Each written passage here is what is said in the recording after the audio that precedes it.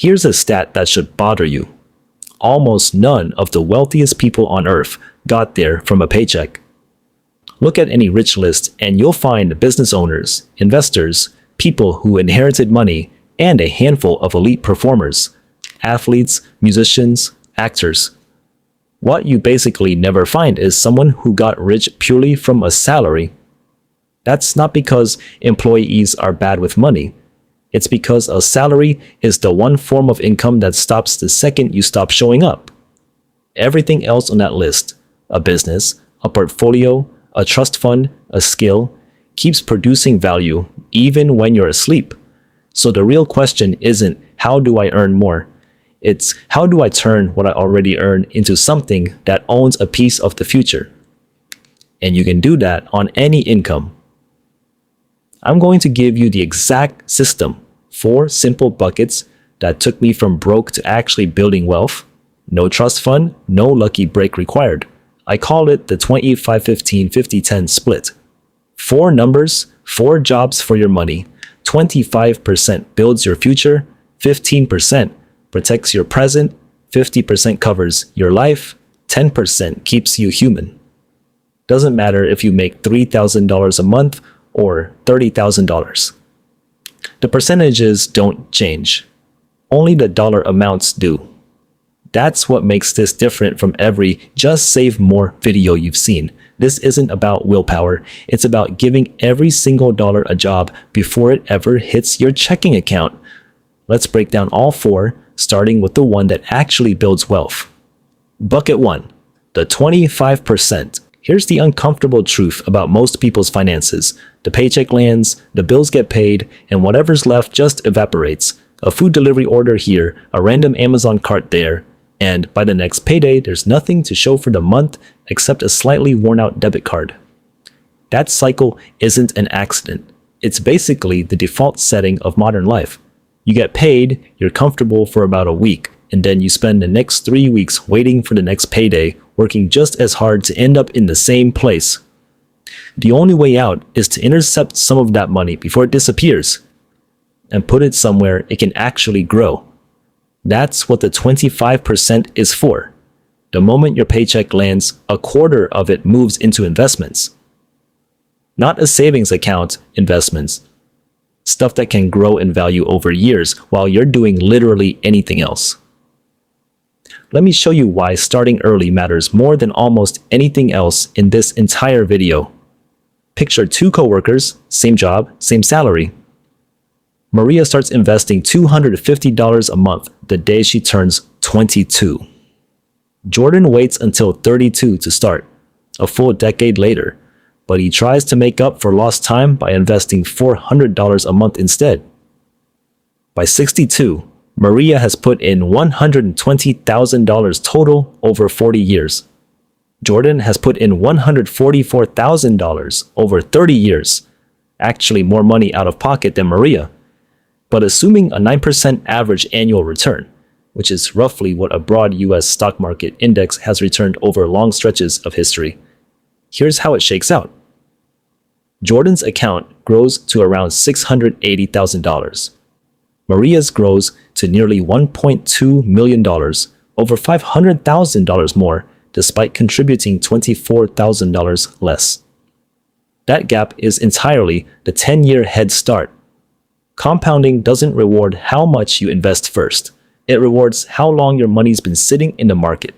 Every year you wait is a year you can never buy back. Okay, so where does the 25% actually go?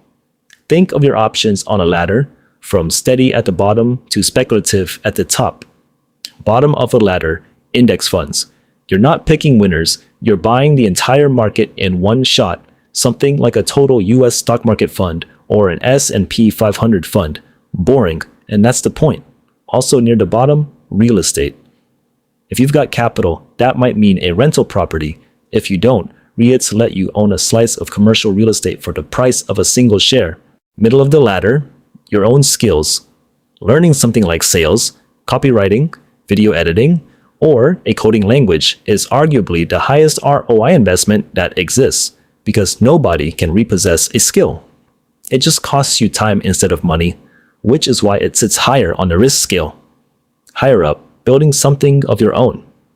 A small online business, a print-on-demand shop, freelancing at scale. Big upside, but expect to fail a few times before it clicks. Near the top, individual stocks. Fun to research, but unless you're genuinely doing the homework, you're gambling with extra steps. Keep it small. The very top, speculative assets, crypto, collectibles, whatever's trending this year. You can make real money here. You can also watch it vanish overnight. Treat this like the entertainment budget of investing, never the foundation. For most people starting out, 90% of your 25% should live in the bottom two rungs, index funds and skill building. Everything else is seasoning, not the meal.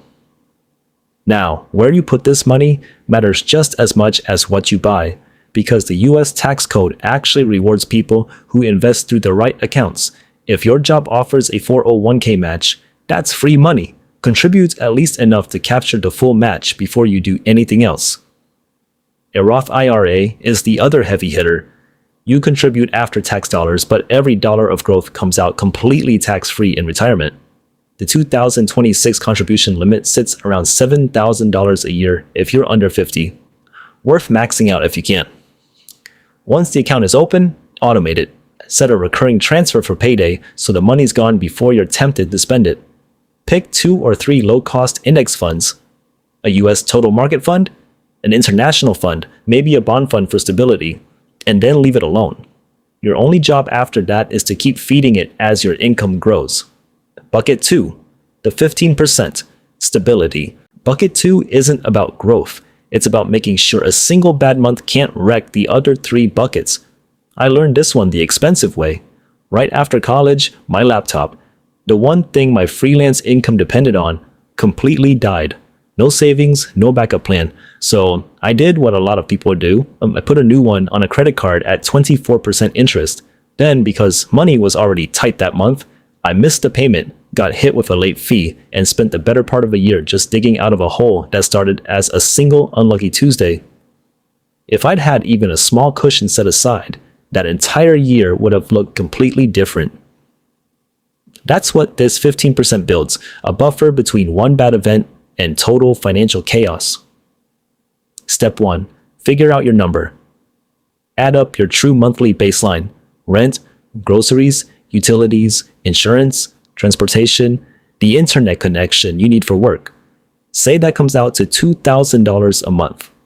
Multiply that by 5 and your stability fund target is $10,000. Every month, 15% of your income goes toward hitting that number. That might sound like a lot, and is a little conservative on purpose, because real emergencies rarely show up one at a time. Job loss tends to arrive alongside a car repair, or a medical bill lands the same month the fridge dies. 5 months of coverage gives you room to breathe instead of panicking. Step 2. Store it in the right place. And there are 3 non-negotiable rules here. It has to be accessible within a day or 2. Don't lock it in anything with early withdrawal penalties or a waiting period. The whole point of this fund is speed when you need it most. It has to be zero risk. This money never touches the stock market, not even a safe index fund, and definitely not crypto. An emergency has a nasty habit of showing up right when the market's down, and the last thing you want is to sell an investment at a loss just to cover your rent. It still has to earn something. Don't let it sit in a checking account earning nothing while inflation quietly eats away at it. A high-yield savings account is the sweet spot. FDIC insured, no lockup, and currently paying meaningfully more interest than a standard savings account. Step 3. Build it faster with 3 habits stacked together. First, automate a transfer the moment your paycheck lands, before you can spend it, the same way you did with your growth bucket. Second, if you ever have to dip into it, replace what you took out with your very next paycheck. No exceptions. Treat it like a loan to yourself that has to get paid back. Third, use small automatic boosts, or round up savings tools that round every purchase up to the nearest dollar and sweep the difference into savings, or redirecting cashback rewards straight into the fund instead of letting them sit on your card. None of this feels like much day to day, but it adds up faster than people expect. Once that fund is fully built, you've got options. Keep growing it or redirect that 15% into either more investing or more life enjoyment, which brings us to the next two buckets. Bucket 3, the 50% life. Here's a stat that surprises people. A huge share of high earners in the US, people making six figures, still live paycheck to paycheck.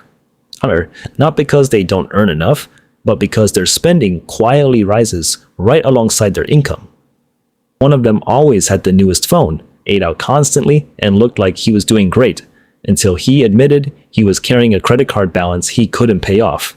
The other guy, dressed plainly, drove an old Corolla and quietly had a growing investment account nobody knew about. Looking rich and being financially secure turned out to be two completely different things. And the guy who looked boring was the one actually building wealth. That's what this 50% bucket is designed to prevent. It's a hard ceiling on your true needs, so lifestyle creep has nowhere to hide. Step 1 is getting brutally honest about what counts as essential. Rent or mortgage, groceries, utilities, insurance, transportation, basic clothing. That's the real list. Subscriptions you forgot you had, the gym membership you haven't used since New Year's, food delivery apps, none of that belongs here, no matter how normal it feels. 50% might sound tight, especially since the average American reportedly spends well over 60% of their income on things they consider essential. That's exactly the point. Capping it forces you to separate genuine needs from habits you've just never questioned. Step 2. Attack the two categories that move the needle most, because trimming a coffee order won't fix a budget the way these two will. Housing usually eats the biggest slice. Before you renew a lease, always try negotiating. Most landlords would rather keep a decent tenant than deal with turnover costs. If you want a bigger swing, consider a roommate, a smaller unit, or house hacking a spare room. Aim to keep housing under roughly half of this 50% bucket.